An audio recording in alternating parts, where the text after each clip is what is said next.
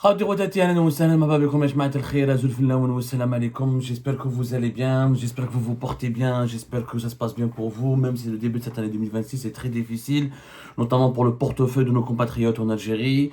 C'est que des mauvaises nouvelles pour débuter de l'année, et notamment cette augmentation des prix des carburants dont nous avons déjà parlé dans une première émission, et nous avons expliqué le mécanisme du mépris. Nous avons expliqué dans la première émission pas le mécanisme, les divers mécanismes du mépris des autorités algériennes, le mépris choquant des autorités algériennes qui ont communiqué par la suite, dans le ministère des hydrocarbures et des mines, qui n'existe que depuis septembre, la mi-septembre 2025, donc un ministère tout récent, apparemment qui ne connaît pas le b.a.-ba de la communication politique, ou qui ne maîtrise pas le b.a.-ba du devoir de transparence qu'une autorité ou qu'une institution publique doit faire preuve à l'égard de son opinion publique. Il a fait un communiqué hier qui était honteux. Honteux. Plein de mensonges, du mépris. Voilà, grosso modo, pour ne pas reprendre la première émission, parce que nous allons nous consacrer à un autre angle, là. Les augmentations des carburants qui ont été décidées arbitrairement, sans aucun débat, sans aucune information préalable, sans aucune discussion, sans passer par la loi de finances, en passant par une autorité comme ça, et en se basant sur une loi tout à fait arbitraire, qui prive les Algériens et les Algériens de tout débat possible sur les mécanismes de détermination des prix des énergies en Algérie, et ben, le ministre des Hydrocarbures nous dit que c'est logique, cette augmentation était justifiée par l'augmentation des coûts de production et de distribution. Et on l'a expliqué dans la première émission, aucun chiffre n'a été révélé par le ministère des Hydrocarbures et des Mines pour justifier légalement et rationnellement cette augmentation de jusqu'à 33% des prix des carburants, notamment pour le GPL. Le GPL, il a augmenté, je le rappelle, de plus de 33%. 33,3%. Les autres carburants ont augmenté de façon aussi importante, puisque le gasoil a augmenté de 6,8%, et l'essence a augmenté de plus de 3%. Donc, c'est pas une augmentation de 1, de 1,5, de 2. On a des augmentations de 3 jusqu'à 33,3%. Ce qui est anormal et ce qui va peser sur le pouvoir d'achat des Algériens et des Algériens. Justement, parlons du pouvoir d'achat. Parlons des salaires. Parce que l'argument principal du régime Tebboune et de ses partisans, ah mais bon, arrêtez de râler, ailleurs c'est toujours plus cher. Ailleurs c'est toujours plus cher, c'est l'argument qui sert à faire taire en Algérie. Ailleurs c'est toujours plus cher, c'est l'argument qui sert à faire taire. Ce qui est d'ailleurs un argument malheureusement malhonnête. Pourquoi malhonnête? Quand on compare les prix, effectivement les carburants en Algérie ne sont pas chers. D'ailleurs, le contraire aurait été étonné, puisque nous sommes un pays pétrolier et nous sommes un pays gazier. Nous produisons du pétrole et du gaz, et il est normal que dans un pays qui produit du pétrole et du gaz, les carburants soient moins chers. Un pays exportateur de pétrole et de gaz ne peut pas vendre, comme on l'a dit dans la première émission, les dérivés du pétrole et du gaz à ses propres citoyens au même prix de vente à des clients étrangers. La richesse nationale est constituée de pétrole et de gaz. Le peuple algérien a le droit d'avoir un accès privilégié à cette richesse nationale, parce que le pétrole et le gaz vient des entrailles et du sous-sol du pays. Donc ça s'appelle la répartition équitable des richesses. C'est pour ça que l'État vend les dérivés du pétrole et du gaz, qui sont les carburants notamment, à des prix, le gaz de ville pour le gaz, les carburants pour le pétrole, à des prix hyper accessibles, parce que c'est un bien du peuple, que le pauvre, le riche, ou le moins riche, ou le plus pauvre, ou le moins pauvre, on doit tous en bénéficier, parce que c'est une partie de la richesse nationale, une richesse commune. Maintenant, est-ce que ces augmentations sont légères? Est-ce qu'elles n'auront pas d'impact sur le pouvoir d'achat des Algériens et des Algériens? Ça, c'est un mensonge total. D'abord, quand on compare, encore une fois, les prix d'un pays à un autre, il faut aller jusqu'au bout de la comparaison. Il n'y a aucune logique à comparer les prix sans comparer les salaires. Ce prix, il est pas cher, ce produit, qu'il soit subventionné ou pas subventionné, comme les carburants, ou là comme les légumes et les fruits, ou n'importe quel produit de large consommation, il n'est pas cher en Algérie, où tu fais la conversion entre l'euro et le dinar. Non, il faut comparer les salaires. Pour comparer le coût de la vie d'un pays à un autre, il faut d'abord calculer les salaires, pas les prix. On ne peut pas prendre les prix comme ça dans l'absolu et les extraire et les séparer des salaires. Le pouvoir d'achat, c'est ce qui permet de déterminer réellement est-ce que ces produits sont chers ou pas chers. C'est pour ça que dans l'économie mondiale, il y a les comparaisons, il y a le PIB, et le PIB par habitant, et il y a le pouvoir d'achat. On compare les peuples selon le pouvoir d'achat. Donc, c'est une méthode scientifique qu'il faudra il faudra l'utiliser et les autorités algériennes ne vont pas les utiliser ou ne vont pas utiliser cette méthode parce que si on utilise la comparaison par le pouvoir d'achat, là on va tomber par terre. Prenons un exemple très clair. La méthode s'appelle exactement le PIB par habitant à parité du pouvoir d'achat. Prenons par exemple le carburant. Quel est le salaire minimum en Algérie? Je rappelle que le salaire minimum est de 24 000 dinars. Selon le taux de change officiel, est de 157 euros. C'est le taux de change officiel. Et on sait tous que le véritable indicateur de la valeur du dinar, c'est le taux de change parallèle. On l'a expliqué mille et une fois. Le taux de change officiel est un taux de change artificiel qui n'a aucune logique économique et qui n'a aucune connexion avec le monde économique. Le salaire moyen national, c'est-à-dire la moyenne des salaires touchés par les Algériens et les Algériens, elle est de 42 000 dinars, selon les chiffres des statistiques de l'Office national des statistiques, une source gouvernementale autorisée.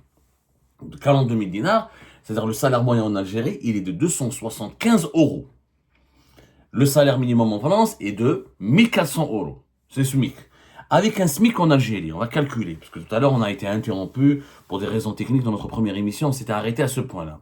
Prenons avec le salaire, le SMIC algérien. Combien de pleins je peux faire en Algérie avec le SMIC et combien de pleins de ma voiture que je peux faire avec le SMIC en France? On prend un plein pour 50 litres, un véhicule qui nécessite un plein de 50 litres. En Algérie, avec le salaire minimum, 24 000 dinars, je peux faire par mois, pour une voiture, pour 50 litres pour un plein de 50 litres de carburant, je peux faire maximum 9 pleins par mois. 9 pleins par mois, avec le salaire minimum que j'ai. Parce que les carburants en Algérie, il faut les payer, ils sont pas chers. Mais tu les payes avec quoi? Avec un salaire algérien. Vous allez voir la différence. Les manipulations des partisans du régime Tebboune. Ils nous parlent des prix, ils nous comparent les prix dans l'absolu, ce qui est un mensonge et ce qui est malhonnête, puisqu'encore une fois, tu ne peux pas comparer les prix sans inclure dans ta comparaison le pouvoir d'achat et le montant des salaires. Avec quel salaire je paye ces prix? En Algérie, 24 000 dinars le salaire minimum, ça fait 9 pleins par mois. Un plein de 50 litres, 9 pleins. En France, avec le SMIC français, je peux faire 17 pleins par mois. Regardez la différence. En France, je peux faire 17 pleins. Alors que le prix de l'essence entre la France et l'Algérie, il est de plus cher de 440%. 400%. 400%. Le prix est beaucoup plus cher. Ce qui est vrai. C'est énorme, mais vraiment énorme. Par exemple, on va dire le gasoil en Algérie, en France en ce moment, est de 1,6 euros. Alors qu'en Algérie, il est de 31 dinars. La différence, elle est énorme, elle est 0 et quelques euros. En France, il est de plus de 1,5 euro.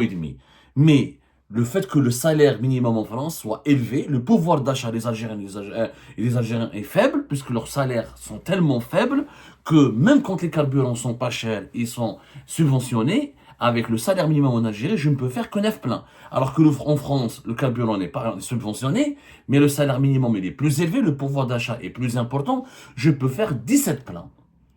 C'est ça quand on compare. C'est ça la véritable logique économique et qu'il faut utiliser pour comparer les pays. À parité de pouvoir d'achat. Le pouvoir d'achat des Algériens, il est faible. Il est très très faible, il est très très cher. Vraiment. Et on prend tous les carburants. Par exemple, si la voiture utilise du gasoil, parce que la première comparaison à 50 c'était de l'essence.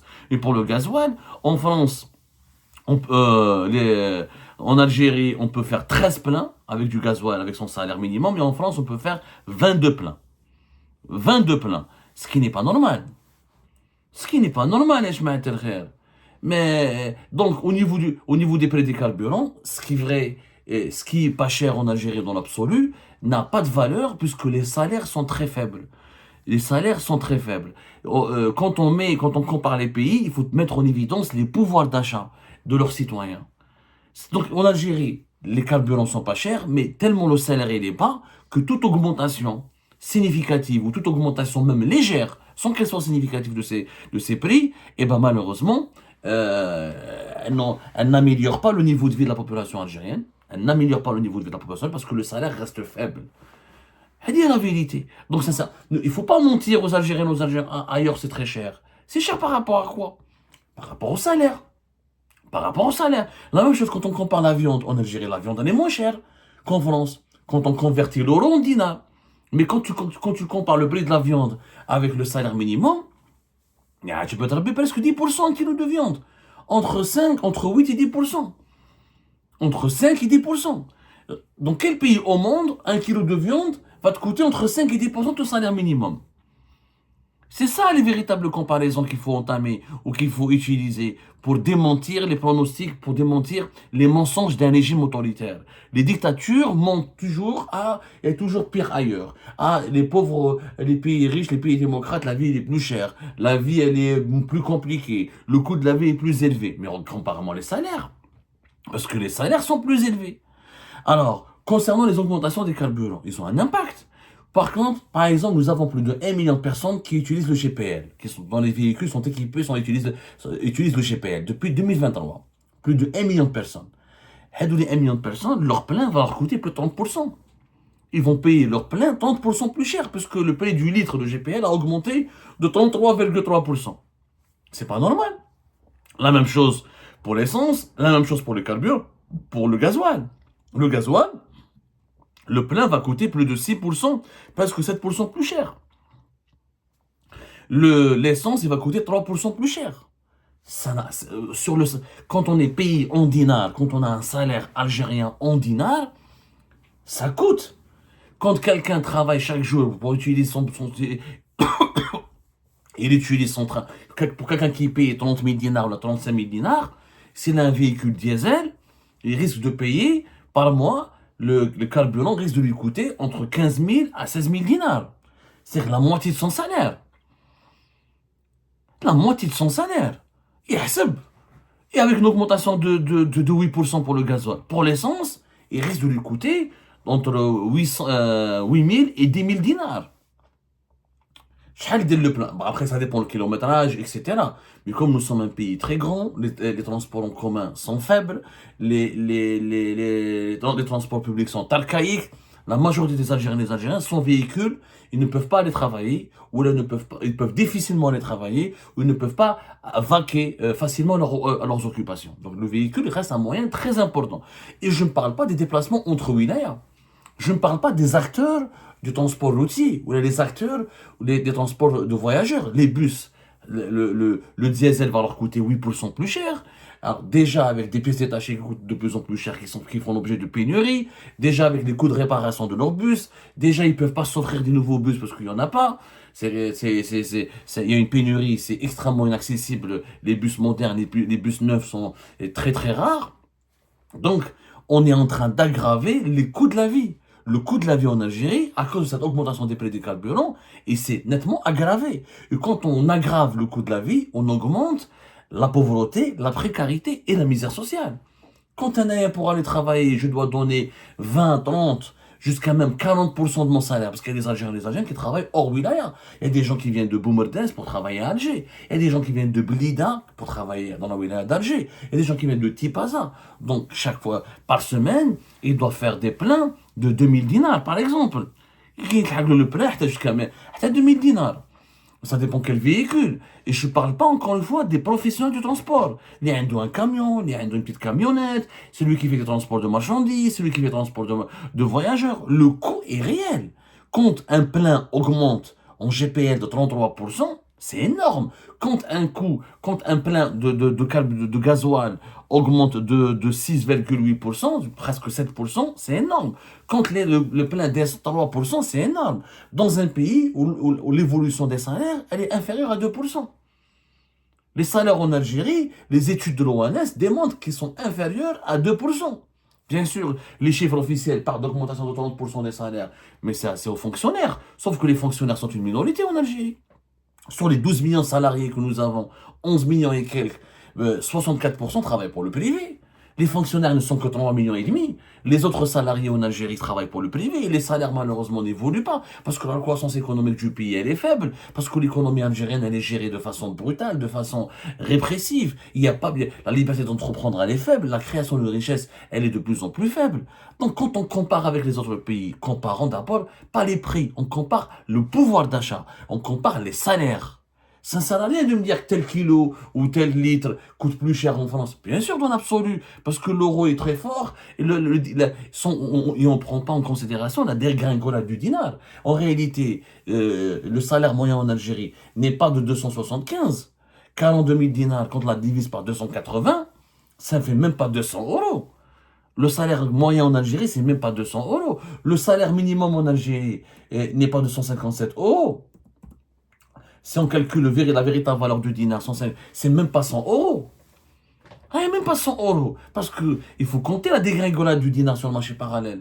C'est elle le véritable indicateur. Elle provoque une inflation mécanique des produits qui sont importés, qui viennent de l'étranger, notamment des produits qui viennent du CAB, depuis le CAB, avec du CAB, qui sont vendus en Algérie par le CABA, ce qu'on appelle les micro-importateurs. Je mets le CABA, c'est-à-dire le nouveau circuit d'importation formel, qui était informel et qui est devenu formel, et qui assure en Algérie l'approvisionnement d'un certain nombre de produits importants, comme les produits d'hygiène, comme les vêtements, comme certains produits agroalimentaires, comme certains produits mécaniques, comme certains produits électroniques, mais du câble Kaba. Il n'y a plus d'importation à large échelle qui est autorisée par l'Algérie. Donc, ces produits étrangers subissent l'augmentation, subissent des hausses des prix qui sont calculées en fonction du taux de change parallèle, qui est la véritable valeur du dinar. C'est-à-dire, mais chez le taux de change officiel. Donc, le pouvoir d'achat est en train de s'effondrer en Algérie. Il s'est effondré. Vu que le dinar s'est effondré de pratiquement de 40%, entre 2019 et 2025, de 43%, on a fait les calculs la dernière fois, donc la valeur des salaires en Algérie, elle s'est effondrée de 43%. Est-ce que les salaires en France se sont effondrés de 43% de 2019 à 2025? Pas du tout. Il y a une certaine stagnation. La France n'a pas eu une évolution significative du niveau de vie, mais il y a une certaine stagnation. Donc, l'argument c'est plus cher ailleurs, il est complètement mensonger. Et heureusement, il y a des opposants qui sont en train de s'exprimer sur les réseaux sociaux, qui m'a parlé de Mohsen Belabbès. Il a repris cette analyse que j'ai faite. Enfin, je pense qu'on l'a diffusée en même temps hier. Voilà. Quand tu dis qu'en Europe c'est plus cher, c'est pas du tout évident. La comparaison n'a rien d'innocent, comme le disait Mohsen Belabbès. Elle ne sert pas à comprendre une réalité sociale, mais à neutraliser toute discussion sur les choix internes. Comparer des prix sans comparer les salaires, la structure des économies et le mécanisme de protection sociale relèvent d'un raisonnement tronqué. On ne peut pas comparer les prix sans comparer les salaires. Enfin, en plus, ce qui est illégal en Algérie, ce qui est grave, c'est que cette augmentation des prix des hydrocarbures, elle n'est pas légale, elle n'a pas été, il n'y a pas eu de débat public, elle n'est pas morale, elle est immorale, elle est légale. Pourquoi elle est légale? Parce qu'on a expliqué, nous, hier, en Algérie, il y a une loi qui s'appelle la loi 1913, qui a été votée adoptée en septembre 2019, et qui empêche tout débat ou toute intervention de la population sur les mécanismes de contrôle des prix de l'énergie, soit les carburants, l'électricité ou le gaz. Pourquoi? Parce que cette loi, elle a transféré le pouvoir de fixer les prix de l'énergie, notamment du pétrole, des carburants ou de gaz de vie, de l'électricité, à des autorités techniques, à des autorités administratives, comme par exemple l'autorité de régulation des hydrocarbures, c'est elle qui a imposé ces nouvelles augmentations, sans aucune transparence, sans aucun débat public. La loi l'autorise en Algérie. En Algérie, il y a une loi qui permet à une autorité purement administratif, purement technique, de fixer les prix comme elle le veut. Comme elle le veut. Donc ce sujet, qui est vital pour la population, il est retiré du domaine public. On ne peut pas débattre. Ni les députés, ni les sénateurs ne peuvent débattre. C'est une autorité administrative qui décide. C'est à l'État ensuite de valider ce que demande cette autorité administrative ou de l'invalider. Mais l'État a validé parce qu'il a du mépris pour le citoyen. Les Algériens ne comptent pas à ses yeux. Ne comptent pas. Comme l'État manque d'argent, il y a une baisse des recettes fiscales, il y a une augmentation, une explosion des dépenses, nous avons des déficits budgétaires qui dépassent en théorie même les 70 milliards de dollars, donc on a besoin de récupérer de l'argent. Auprès de qui il faut récupérer de l'argent? Auprès des citoyens, auprès des plus faibles, auprès des citoyens lambda. Mais qui se lève très tôt pour aller travailler? C'est pas les dirigeants. C'est pas les fonctionnaires les fonctionnaires en Algérie, un transport public, un la prime de transport, un transport des travailleurs, etc. Qui paye? C'est l'Algérien ordinaire, c'est le simple mortel, c'est le Zaweli, Mskini a une petite voiture, âgé de 15 ans, de 20 ans, déjà Mskini, il paye très cher pour le pneu, pour renouveler ses pneus, il paye très très cher pour trouver la pièce détachée, et il a du mal à entretenir sa voiture, le pauvre il doit affronter des routes déglinguées, etc. Donc on lui oblige des augmentations de 3 à 33%. Je rappelle encore une fois qu'il y a plus de 1 million d'Algériens et d'Algériens qui ont le GPL, qui utilisent le GPL. Le GPL en Algérie, pourquoi il a été lancé en 2015? Il y avait un plan à l'époque du régime de Bouteflika, il y avait un plan en 2015 pour équiper, pour arriver en 2020 à un nombre important de véhicules GPL. Pourquoi? Parce que le GPL il est moins polluant, il est moins cher, comme nous sommes un pays gazier. Et comme d'ailleurs, le GPL en Algérie était parmi les moins chers au monde. 3 fois moins cher que du gasoil. Il faut savoir que le GPL a été 5 fois moins cher que l'essence et 3 fois moins cher que le gasoil. Et en 2015, les autorités, le gouvernement à l'époque, il a eu la brillante idée d'inciter les Algériennes et les Algériens d'utiliser le GPL pour baisser, parce que le GPL, on peut le produire plus facilement, alors que les carburants classiques comme l'essence et le gasoil, souvent on est obligé d'importer. Il y a des additifs qu'il faut importer, notre production du pétrole ne suffit pas, quelquefois même pour produire du mazout, du gasoil, alors que le GPL, on a plus de capacité à le produire. Mais alors, on avait fait un plan. On a dépassé, depuis fin 2023, le nombre de 1 million de voitures qui utilisent le GPL en Algérie. C'était dans le cadre d'un plan qui s'appelle Mobilité propre, qui a été lancé à l'époque du régime de Bouteflika. Maintenant, les propriétaires de véhicules GPL, vous leur imposez du jour au lendemain, sans aucune information préalable, sans aucune explication, sans aucune justification, vous leur dites, ah, vous devez payer votre plein plus de 33% plus cher. Allèche, Hogra. Qui utilise le GPL en Algérie? C'est les plus pauvres. C'est les citoyens qui ont les salaires les plus faibles. Et les citoyens qui utilisent les voitures pour des longues distances, qui travaillent entre plusieurs wilayas ou là, qui utilisent leur voiture quotidiennement, régulièrement pour leur travail ou pour leur vie familiale, etc. Donc le coût de la vie pour ces gens-là, pour ces Algériens et Algériens, va s'aggraver. Et ces augmentations vont avoir un impact préjudiciable, un impact déstabilisant. Franchement, ce n'était pas nécessaire. L'État algérien avait d'autres leviers, on l'a expliqué hier, pour trouver de l'argent ailleurs, pour les faire des économies ailleurs, notamment en matière des salaires des fonctionnaires, notamment en matière de budget des institutions et des établissements administratifs, notamment en matière de train de vie de l'État. On aurait pu faire des milliards d'économies sans toucher à ces augmentations de carburant qui, encore une fois, vont provoquer des dégâts importants sur le faible, très très faible pouvoir d'achat à cause des très très faibles salaires en Algérie.